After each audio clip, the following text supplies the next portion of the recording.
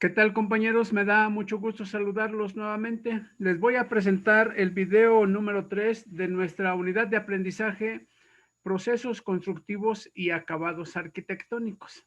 Permítanme entonces, compañeros, mostrarles por aquí el contenido de la unidad de aprendizaje para ir llevando un orden en nuestros apuntes. Este contenido, pues ya ustedes lo tienen por ahí. Estuvimos viendo ya una introducción y los objetivos de nuestra unidad de aprendizaje. Vamos a ver entonces la unidad 2 acerca de los materiales de construcción. Les mencionaba, hay tres materiales de los más comunes. La mampostería, que se refiere a la piedra, pero también se refiere a los muros de tabique, de bloc, de tabicón. A eso se le considera la mampostería. También debemos de ver todo lo relacionado con lo que es el concreto, ya sea concreto de fábrica o concreto hecho en obra, y su acero de refuerzo para nuestros elementos estructurales. Bien, entonces vamos a iniciar aquí nuestro apunte de la unidad 2, compañeros. En la sección anterior les había comentado que les iba a presentar unas figuras y unas tablas de estos puntos que por ahí les dejé señalados. Bien, vamos a ver primero entonces el punto número 1 acerca de unas tablas de pesos volumétricos de los materiales de construcción. Es importante conocer cuando estamos construyendo, ¿sí? Conocer cuánto pesan los materiales. Eh, Aunque no vamos a hacer el diseño estructural, porque ahí es donde más se ocupan cuando estamos haciendo diseño estructural, tenemos que pesar la construcción, tenemos que saber cuánto pesa todo el edificio o toda la vivienda. Se puede hacer ese cálculo. De hecho, eso se ve en el diseño estructural.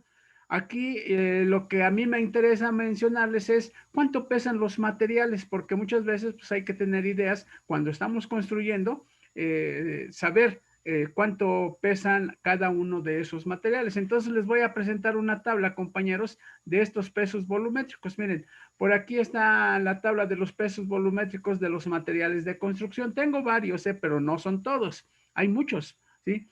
Bien, miren, entonces por aquí hay la sección 1, dijéramos las piedras naturales. Hay un valor máximo de su peso volumétrico y un valor mínimo. Es decir, por ejemplo, la arcilla, ¿sí? Que es un suelo, dijéramos, típico de donde vamos a desplantar nuestras cimentaciones, tiene un peso máximo de 2.5 toneladas por metro cúbico. ¿Sí? Ese es su peso volumétrico.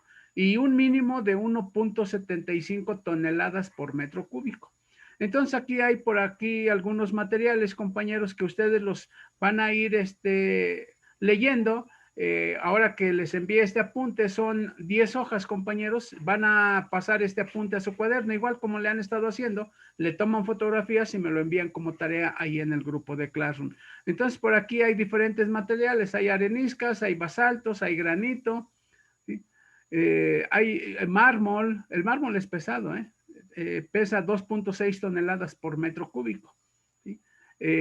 Hay otros materiales como los tepetates, que es un material muy típico aquí en la región de Tasco, por ejemplo, en esta zona del norte del estado de Guerrero, ¿sí? En donde tenemos un peso volumétrico de 1.95 toneladas por metro cúbico. Entonces, por ahí hay otros materiales más ligeros, el tesontle. Muchas veces ocupamos tesontle en las azoteas para cuando las azoteas son planas y les queremos dar una pendiente para la salida de las aguas pluviales, hay que hacer un relleno de un material ligero. Entonces, muchas veces se ocupa un tesontle. Tiene un peso volumétrico de 1.55 toneladas por metro cúbico. Es ligero, entonces, si ven comparado con los demás materiales, ¿no? Por aquí tengo algunos otros materiales de arenas, ¿sí? Arenas de grano tamaño uniforme o algunas otras arenas, ¿sí? Por aquí están sus valores de sus eh, pesos volumétricos máximos y mínimos. También hay por aquí algunas piedras artificiales y morteros, se puede decir. Miren, por acá está el concreto reforzado, ese es un valor muy utilizado en nuestra construcción, tiene un peso de 2.40 toneladas por metro cúbico. O en kilos, pudiéramos decirlo, también se ocupa mucho su valor en kilos, son 2.400 kilos por metro cúbico. Eso pesa un metro cúbico de concreto reforzado. ¿Sí? Si no tuviera varillas, que fuera concreto simple, así se le llama. Por aquí lo tengo en el renglón de arriba, el concreto simple es un poquito más ligero, entonces pesa 2.20 toneladas por metro cúbico. O también podemos decir 2.200 kilos por metro cúbico. Entonces ahí está el del concreto simple, el concreto reforzado, y aquí están también los morteros. Miren, este mortero de cemento y arena para nuestros aplanados pesa 2.10 toneladas por metro cúbico. Entonces, por aquí ustedes van a ver diferentes materiales, compañeros. Ahora que los estén pasando a su cuaderno, van a ir enterándose de cuánto pesan los materiales, cuál es su peso volumétrico. Incluso por aquí hay algunas maderas también, ¿eh? Hay diferentes tipos de madera con sus valores máximos y mínimos, ¿sí? Y por aquí más abajo también tengo algunos recubrimientos, en donde, por ejemplo, tengo el azulejo que utilizamos por ahí en cocinas y baños, en donde tenemos un peso volumétrico máximo. Aquí ven que está por metro cuadrado, de 15 kilogramos por metro cuadrado. Eso es lo que pesa entonces el azulejo, ¿sí? Y por aquí hay otros de la loseta asfáltica o vinílica. Es una loseta para piso, es como de plástico, dijéramos, plástico rígido, ¿sí? Es vinílica, pues, es ligera, 10 kilogramos por metro cuadrado. Hay algunos metales también por aquí, de los más importantes, pues es el acero que ocupamos para la industria de la construcción, o los perfiles de acero. Ese tiene un valor de 7.85 toneladas por metro cúbico. También tengo por aquí algunos productos orgánicos, como los asfaltos, por ejemplo, y algunos otros por aquí, ¿no? Que hay varios, ¿sí? Bien, esto es en cuanto a nuestra tabla, entonces, de pesos volumétricos de materiales, ¿sí? Es importante tener una idea de cuánto pesan los materiales, compañeros. No sé si por ahí vi el tabique, que también es muy importante saber su valor. Dejen ver si lo localizo por acá, a ver si está.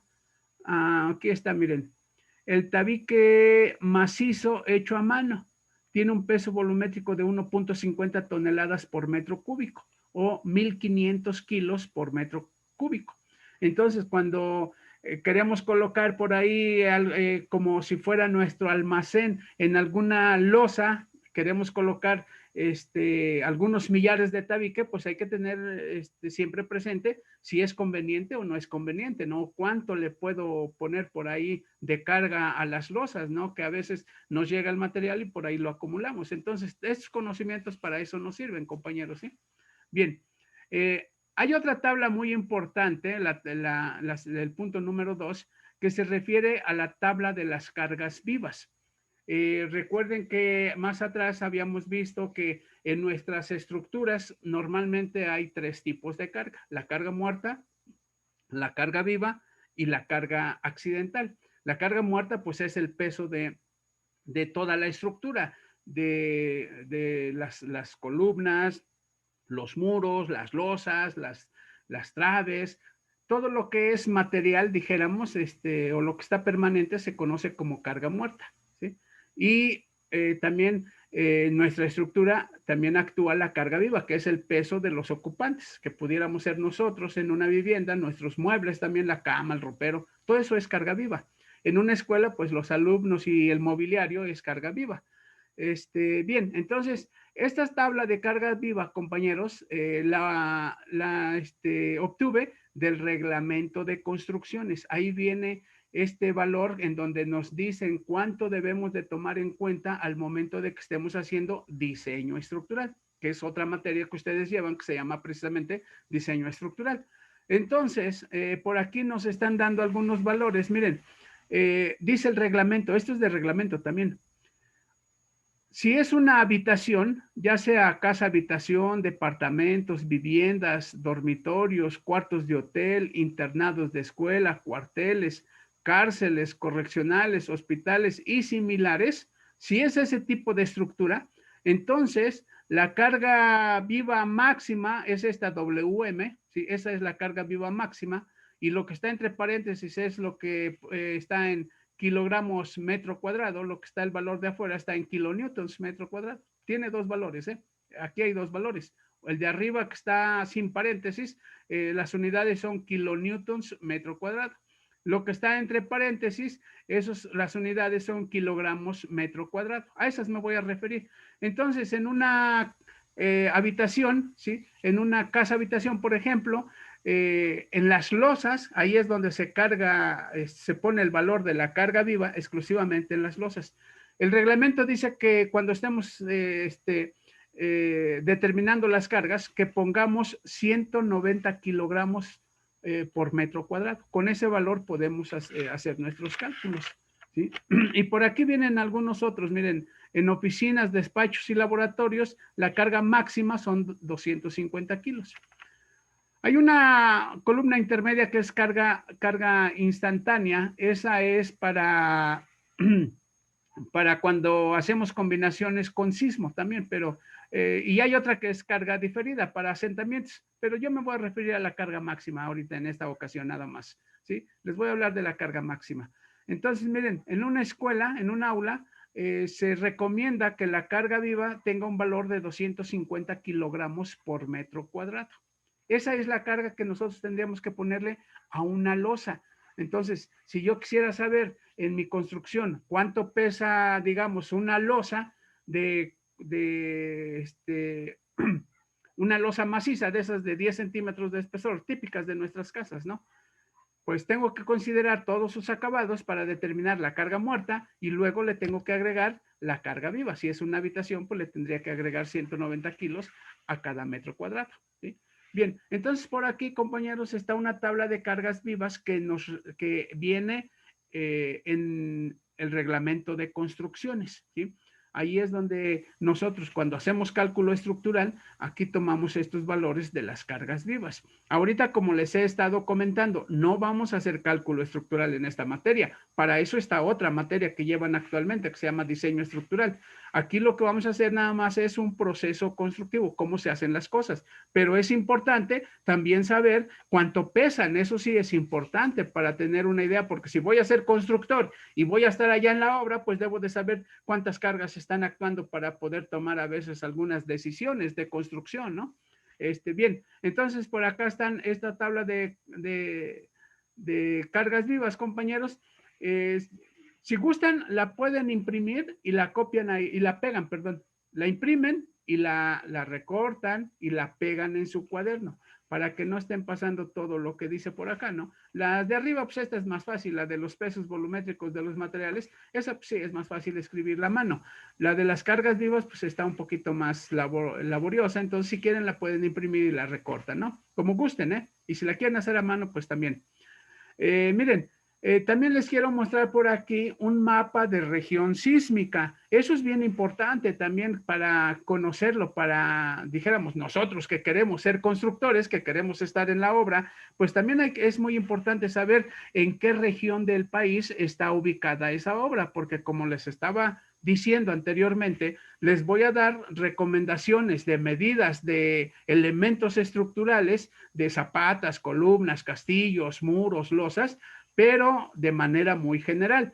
Como les decía en un video anterior, hay que tomarlo con ciertas reservas porque también es importante saber en qué región del país está nuestra obra. Entonces es importante que conozcamos que el país está dividido en unas zonas sísmicas. Hay desde la A, la B, la C y la D. Y por aquí dice, miren, la zona A, que es este noreste del país y el sureste, nos está diciendo que es de escasa actividad sísmica. Entonces quiere decir que por ahí casi no tiembla, compañeros, ¿sí? Ya por el centro del país, miren, por acá viene la zona B, ¿sí? Aquí está la zona B. Ahí es una zonas de intensidad intermedia, con sismos pocos frecuentes. En donde ya se pone crítica la cosa, compañeros, ya es en la zona C y en la zona D principalmente.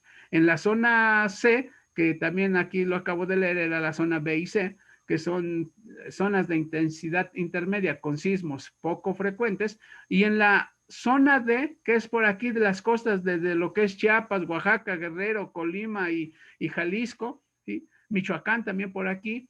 Entonces, ahí dice que los sismos muy frecuentes, son muy frecuentes, donde han ocurrido los de mayor magnitud y generan daños. ¿sí? Entonces, esta franja por aquí en la costa, dijéramos, del Pacífico, ahí estamos en la zona D. Y es muy importante entonces al momento de que si yo les digo, oigan, pongan una zapata de 1,40 por 1,40 por una vivienda de 4 niveles, sí, pero también hay que ver si estoy en la zona C o estoy en la zona D, principalmente, ¿no? Que la zona C es de prácticamente aquí en nuestra región, abarca del norte del estado de Guerrero hacia por ahí el centro, ¿no? Pasando un poquito más de Iguala hacia abajo.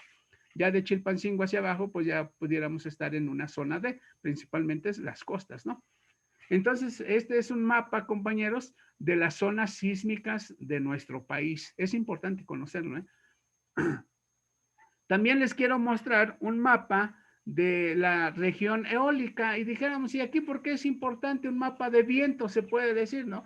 Pues porque las estructuras que diseñamos, compañeros, también están sometidas a la presión del viento. Por ejemplo, esas bodegas que vemos por ahí, en donde tienen una gran cubierta, a veces a dos aguas, a veces son parabólicas, tienen una gran cubierta, entonces el viento, cuando está fuerte, pues le pega la cubierta y está generando presiones que son cargas sobre nuestra estructura.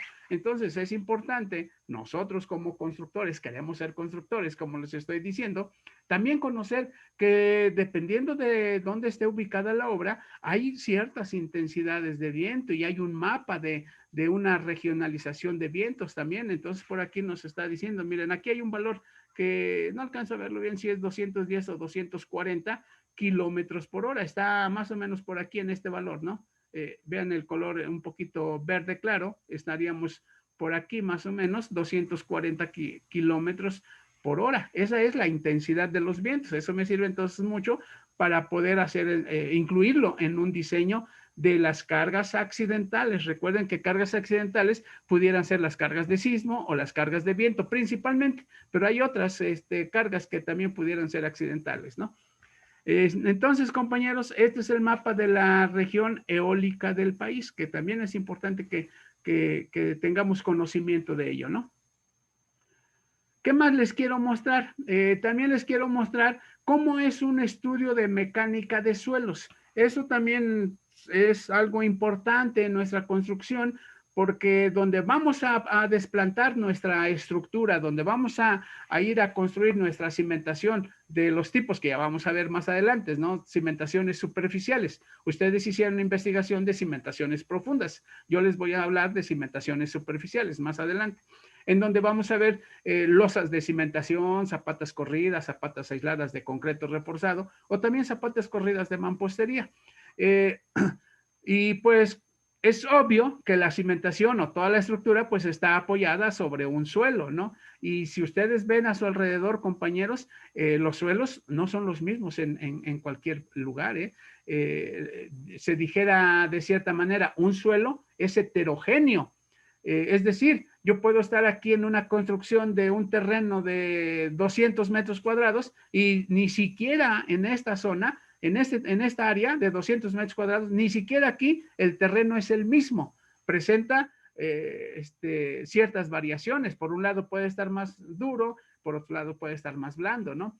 Entonces, cuando vamos a desplantar un proyecto importante, siempre es recomendable saber, mediante un estudio de mecánica de suelos, cuál es la capacidad de carga del suelo, hasta cuánto puede resistir. Por decir que encontráramos un suelo que resiste 15 toneladas por metro cuadrado, entonces eso quiere decir que en un metro cuadrado de suelo solamente podemos descargar máximo 15 toneladas por metro cuadrado. ¿Qué pasa si nosotros hacemos una estructura y le descargamos 20 toneladas a un metro cuadrado en ese suelo que les estoy mencionando? Pues la estructura se va a hundir, va a haber asentamientos y entonces va a haber fracturas por ahí en los muros, ¿no? Va a haber daños, pues. Entonces, compañeros, ahorita lo que les he querido mostrar entonces este estudio de mecánica de suelos, en donde aquí tengo esta información. Esta es una parte del estudio de mecánica de suelos. Ya estoy en el punto 5, dijéramos. Es nada más una sección de un estudio de mecánica de suelos, porque aquí vienen los datos importantes que les quiero mencionar. Miren, aquí está la capacidad de de carga admisible del suelo. Hay unas fórmulas que se utilizan para poder, allá en laboratorio, poder determinar cuál es la capacidad de carga de nuestro suelo. Por ahí van a leer que estas fórmulas fueron desarrolladas por un investigador que se llamó Carl Terzaghi. Ese es el padre de la mecánica de suelos, para un tema muy visto en la ingeniería civil, ¿no? Bien, entonces mediante esta información el laboratorio hace unos muestreos en el suelo, va al campo, allá donde se va a desplantar la obra, hace unos pozos de excavación a 2 metros, a 3 metros, dijéramos, y de allá extrae unas muestras, unos pequeños cubitos de suelo, como de 30 por 30. Ese material se lo llevan al laboratorio y le hacen los ensayos necesarios para determinar cuál es su capacidad de carga. Entonces, por aquí la memoria nos da ese dato. Miren, por acá está diciendo, entonces, el tipo de suelo dice que es una arcilla inorgánica de alta plasticidad y que tiene para cimientos continuos, ¿sí? Tiene una capacidad de carga admisible de 19.14 toneladas por metro cuadrado en condiciones estáticas. En condiciones dinámicas, es decir, si quiero el dato para trabajarlo en condiciones con sismo, condiciones dinámicas, entonces tendría que tomar un dato de 28.71 toneladas por metro cuadrado. Esa es su capacidad de carga admisible, ¿sí? Entonces, miren, esto es lo que muchas veces nos interesa, ¿no? Cuando nosotros vamos al campo, compañeros, y que no tenemos estudio de mecánica de suelos, normalmente para una casa habitación, pues no hay. Esto es para desarrollos más grandes, donde sí es conveniente costear lo que es un estudio de mecánica de suelos, pero nuestro vecino que quiere hacer una casa por aquí a un lado quiere construir su vivienda, pues no hace estudio de mecánica de suelos, más sin embargo, nosotros como constructores tenemos que ir y tenemos que ver qué tipo de suelo es donde vamos a desplantar para, dijéramos, en base a la experiencia o a alguna información empírica que pudiéramos obtener por ahí, determinar cuál sería su capacidad de carga de ese suelo. ¿Por qué es importante el dato? Porque dependiendo de la capacidad de carga del suelo, es el tamaño de la cimentación.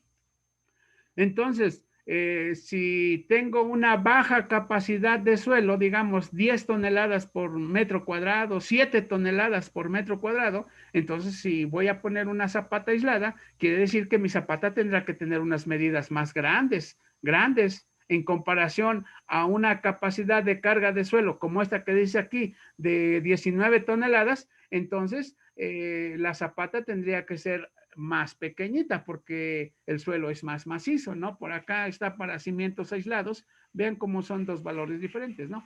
Esto es lo que nos da un estudio de mecánica de suelos.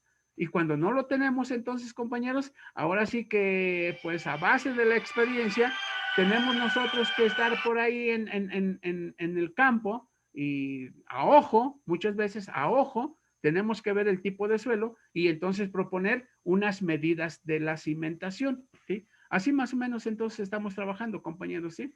Bien. En el punto 6, compañeros, les quiero hablar ya de lo que es nuestro material más común para construir, que es el concreto. Cuando elaboramos concreto y principalmente en obras grandes, hay dos pruebas que se le hacen al concreto para determinar su calidad y su trabajabilidad también. Entonces, es importante conocer estas dos pruebas que se le hacen al concreto. Para nuestras obras aquí de nuestro vecino, digamos, no hacemos esas pruebas, pero es importante conocer que existen, ¿sí? Bien, miren, hay una prueba que se llama la prueba del revenimiento. Esa prueba, ¿qué hace esta prueba del revenimiento? Por ahí tengo unas imágenes, ¿no? Se las voy a explicar con calma. ¿Qué hace esta prueba? Pues miren, hay un cilindro de acero, este cilindro que está por aquí, cono truncado, ¿sí? Tiene una altura de 30 centímetros y por acá arriba tiene 10 centímetros y en su base tiene 20. Tiene dos orejitas para poderlo jalar, ¿no? Entonces, miren, por acá está ya en una fotografía ese cilindro que les estoy mostrando. ¿Qué se hace? Ahí se mide la trabajabilidad del concreto. ¿Qué tan duro o qué tan aguado está, por ejemplo, no? Hay un dato que se da cuando uno compra el concreto de fábrica, allá de las concreteras, les tenemos que decir de cuál es el revenimiento que nosotros necesitamos. En promedio, le podemos decir, quiero que me mandes un concreto con un revenimiento de 12 centímetros de revenimiento. ¿Sí? Entonces, cuando llega el concreto en nuestras obras de cierta magnitud, empiezan a llegar los camiones revolvedoras y hay un personal de laboratorio de materiales que le realiza inmediatamente lo que se llama la prueba del revenimiento. Es llenar este cilindro en 3 partes, se llena primero un tercio de su altura y se le dan con una varilla que tiene ahí en la mano este técnico, le da 25 golpes ahí alrededor para que se acomode bien el concreto que vació. Luego llena el segundo tercio del cilindro y también le vuelve a dar 25 golpes para estar acomodando el concreto y finalmente llena el último tercer tercio, ya lo de hasta arriba, y también le da sus 25 golpes. Una vez que ya lo terminó de llenar, lo enrasa, miren aquí lo está enrasando con la misma varilla, lo está enrasando para que quede bien lleno ese molde, como si estuviera haciendo, digamos, una gelatina de concreto, ¿sí? Concreto simple, ¿eh? Es el concreto normal, grava, arena, cemento y agua, ¿no? Entonces lo enrasa y una vez que lo enrasó, de las orejas lo jala para sacar, dijéramos, sacar el concreto del molde, ¿sí? Y entonces el concreto, pues obviamente como está un poco aguado, pues como que se escurre, ¿no? Se baja. Eso se llama revenimiento, se llama revenir. El concreto se reviene, ¿sí? Entonces, por ahí queda aquí en esta fotografía, queda la masa de concreto ya fuera del molde, y lo que hace el técnico es que voltea el molde, vean cómo lo voltea, ¿sí? Y le pone la misma varilla con lo que estuvo apisonando, lo pone acá y le mide con 1 metro desde la altura máxima de esa bola de concreto que quedó ahí, que se hizo la masa de concreto, desde ahí hasta la varilla le mide esta altura.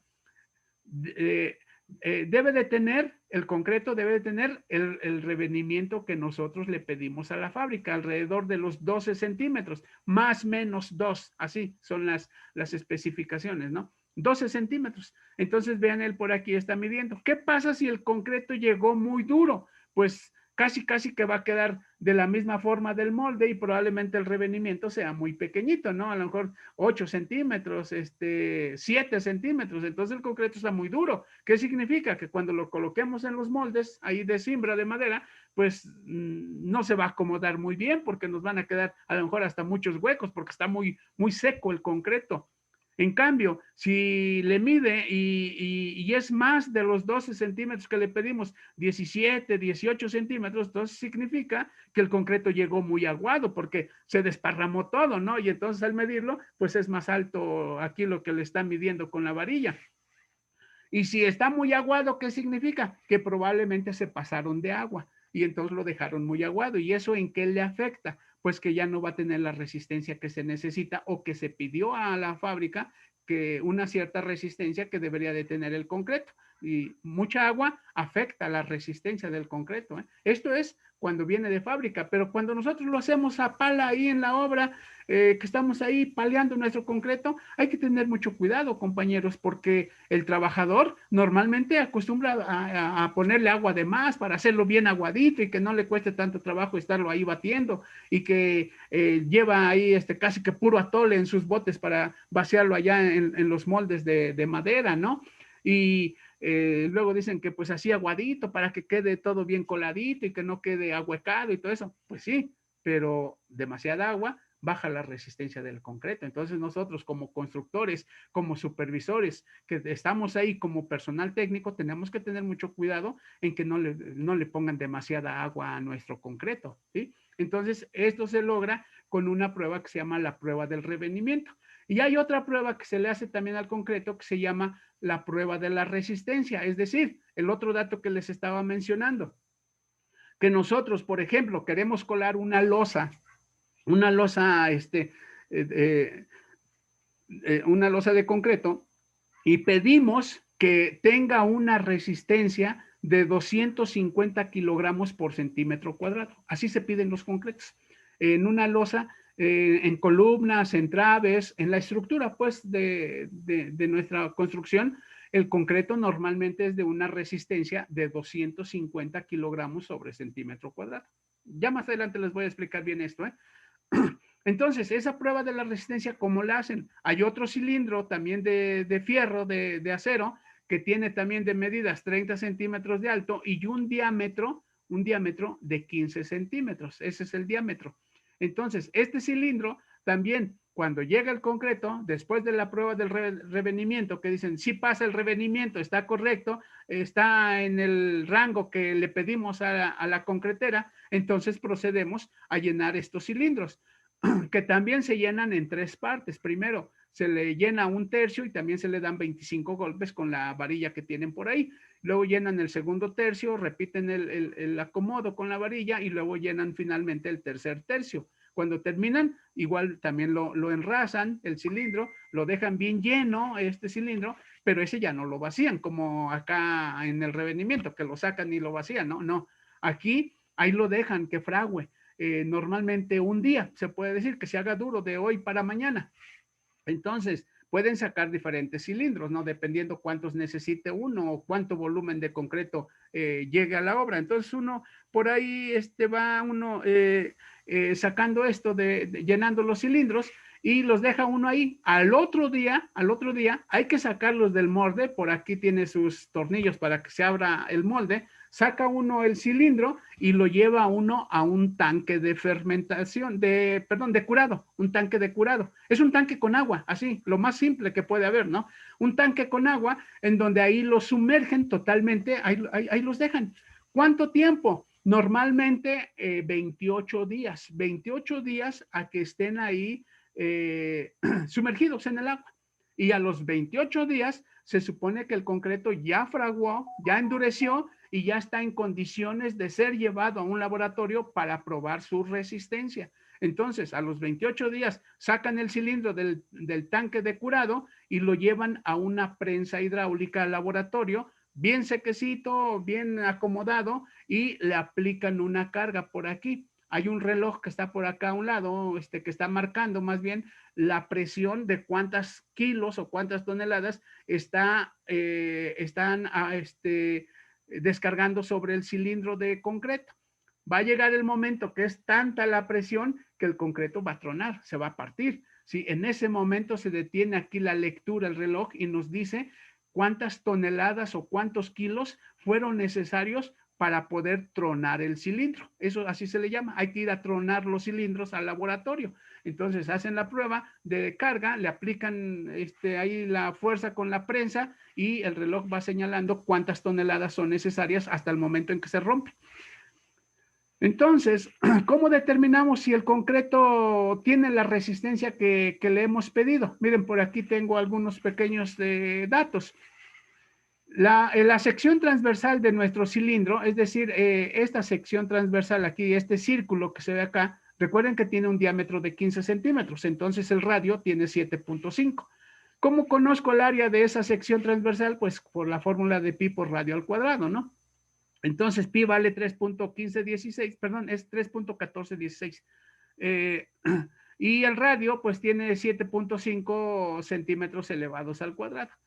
Si hacemos esta operación, no sé, chequenla por ahí, compañeros, no sé si yo le multipliqué 3.1516 en vez de 3.1416. Tengo por aquí 176.72 centímetros cuadrados. Creo que está mal lo voy a hacer rápidamente por aquí. 7.5 por 7.5 por 3.1416 son, sí, el resultado está bien, 176.72 centímetros cuadrados. Esa es su área transversal del cilindro, dijéramos acá, el área, dijéramos, del círculo del cilindro, ¿sí?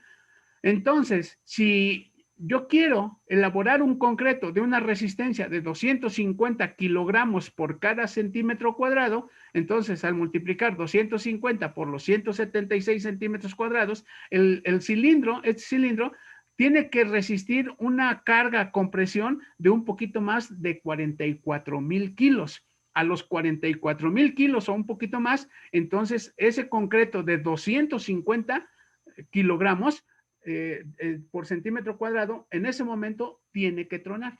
44,000, 44,500, 45,000 kilos, por ese orden más o menos, ¿sí? Entonces, si el concreto, dijéramos, resiste 45,000 kilos, que dijéramos, oye, se rompió a los 45,000 kilos. Y divido 45,000 kilos entre el área que tiene el cilindro, que son 176.72, entonces el concreto es de una resistencia de 255 kilogramos sobre centímetro cuadrado. Es un poquito más de lo que yo les pedí. Entonces, con eso garantizamos que es un buen concreto, ¿sí? Así a grandes rasgos, esto es la prueba de la resistencia.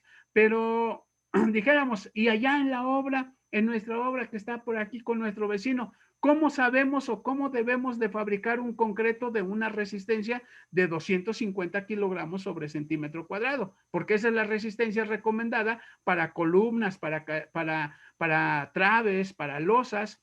¿Sí? Hay otras resistencias un poquito más bajas. Por ejemplo, es recomendado que los castillos de pequeño tamaño, cadenitas y todo ese tipo de cosas tengan una resistencia de 200 kilogramos sobre centímetro cuadrado. Es menos resistente. O incluso todavía por ahí es aceptado hasta 150 kilogramos sobre centímetro cuadrado. Aceptado en las normas, en las normas de construcción. Y si quiero un concreto para ponerlo como plantilla, dijéramos que es la plantilla, lo vamos a ver más adelante, eso de lo que le estoy platicando. La plantilla es lo que se le pone después de la excavación allá para meter nuestra cimentación.